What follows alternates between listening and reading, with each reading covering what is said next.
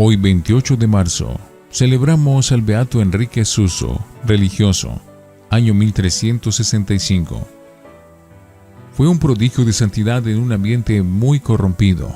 Nació en el año 1296 en Suabia, Alemania. A los 15 años fue admitido como religioso en el convento de los padres dominicos en Constanza. Su apellido era Bomberg. Pero como su padre era descuidado, borrachín, y en cambio la mamá era una santa, el joven tomó el apellido materno, que era Suso. En la comunidad encontró como profesor un místico muy famoso que influyó en él de manera muy inmensa. Era el padre Eckhart, cuyos consejos seguían muchas personas con gran entusiasmo. Enrique decía: el padre Eckhart demuestra tan gran sabiduría que parece como si Dios no le hubiera ocultado nada. Los datos que vamos a narrar enseguida están extraídos de la autobiografía del propio San Enrique Suso.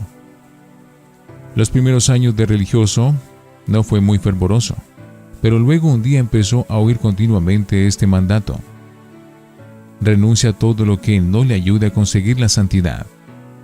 Y se repetía tan frecuentemente este mandato en su mente que se propuso empezar una vida espiritual verdaderamente seria. El demonio intentaba disuadirlo y desanimarlo con consideraciones de prudencia humana, haciéndole ver que esa conversión era demasiado rápida y que no sería capaz de perseverar en el bien. Él se dedicó a pedirle a Dios la sabiduría celestial y repetía las palabras del libro de la sabiduría: Señor, envíame la sabiduría que procede de tu trono.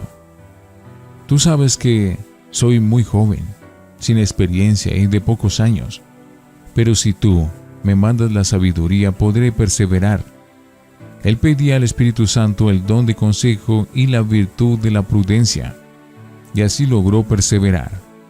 En adelante, durante toda su vida, era un admirador constante de la sabiduría eterna, y recomendará a sus discípulos el pedir mucho a Dios el don de la sabiduría. Él les repetía las palabras del libro santo: sabiendo que no tendría la sabiduría si Dios no me la concedía, me dediqué a pedirla en oración y me fue concedida. Su amor a la Virgen María era inmenso y predicaba constantemente su devoción.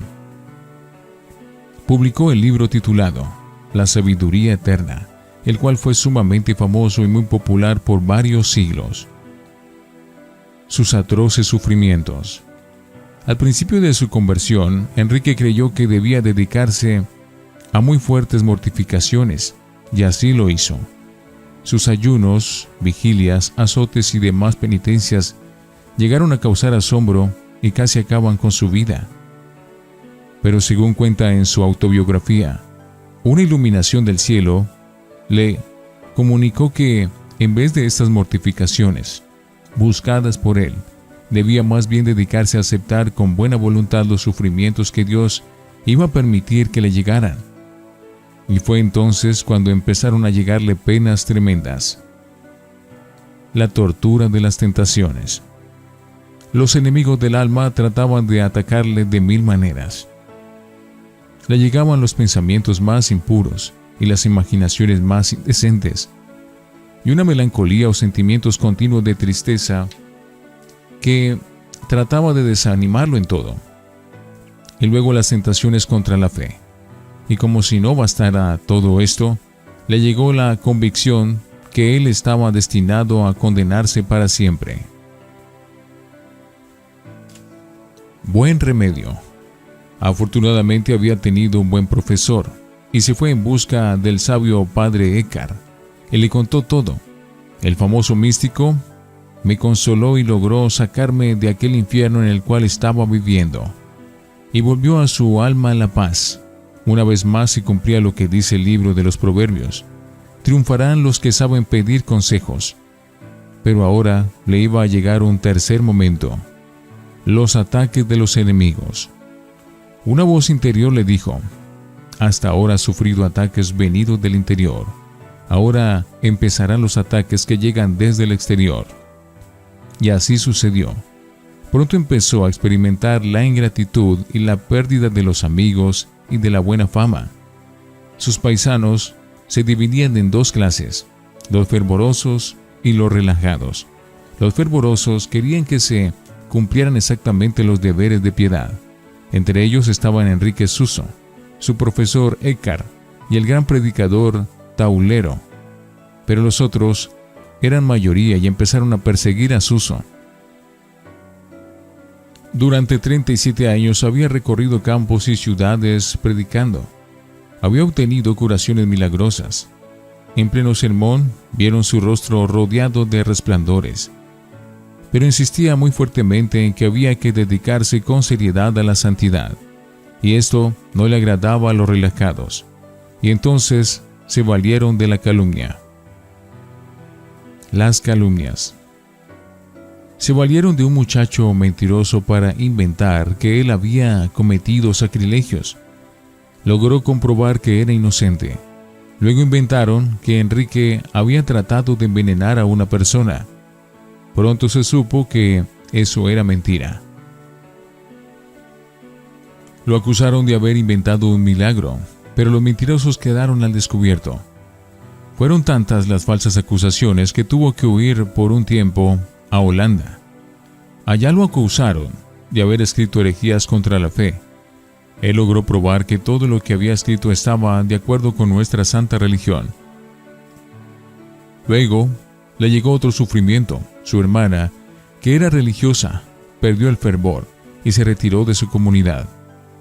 Enrique ofreció por ella una grave enfermedad que él tuvo que sufrir, y con ese sufrimiento logró que la prófuga volviera otra vez al convento donde pasó santamente sus últimos años. Graves denuncias.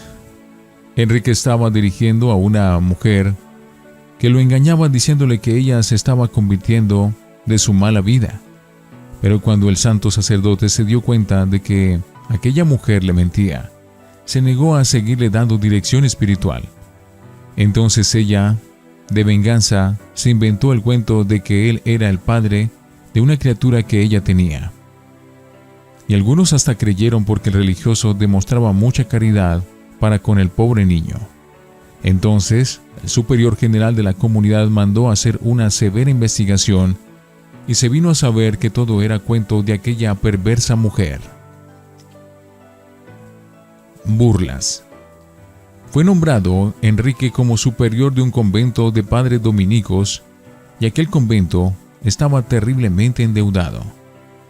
El nuevo superior, en vez de dedicarse a pedir limosnas o a conseguir empréstitos, lo que hizo fue recomendar a sus religiosos que se dedicaran a celebrar con mayor fervor la Santa Misa y a rezar con mayor fe y devoción. Muchos se burlaban de él diciendo que era un hombre que no ponía los pies en la tierra y que se imaginaba que con rezos se pagaban las deudas. Pero poco después un hombre rico sintió una inspiración interior de que debía ayudar a aquel convento y llegó con 20 paquetes de moneda de plata y con esto se pagaron todas las deudas. Los últimos años los pasó el padre Enrique dedicado a dar dirección espiritual a las religiosas, especialmente a las dominicas, las cuales lo consideraron un verdadero hombre de Dios y un guía espiritual sumamente acertado.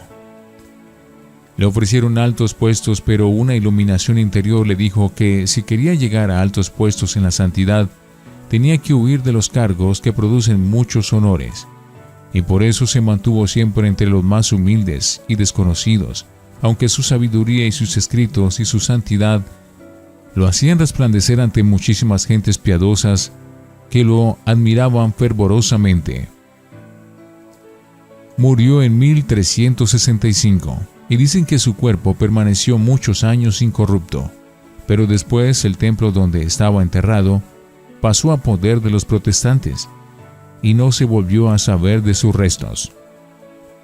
Tuvo muchas visiones y se le apareció la Santísima Virgen María a traerle mensajes celestiales. En una de sus visiones preguntó qué medios debía emplear para alcanzar más fácilmente la santidad y la salvación y le fue respondido: negarse a sí mismo. no apegarse a las criaturas, recibir todo lo que sucede como venido de la mano de Dios, y ser infinitamente paciente y amable con todos, aun con los que son ásperos e injustos en su modo de tratarlo a uno. San Alfonso María de Ligorio, al meditar en las mortificaciones y en los sufrimientos de este hombre de Dios, exclamaba: «Qué pequeño nos sentimos nosotros ante estos campeones tan valerosos, para sufrir todo por amor de Dios y por la salvación de las almas. Beato Enrique Suso, rogad por nosotros».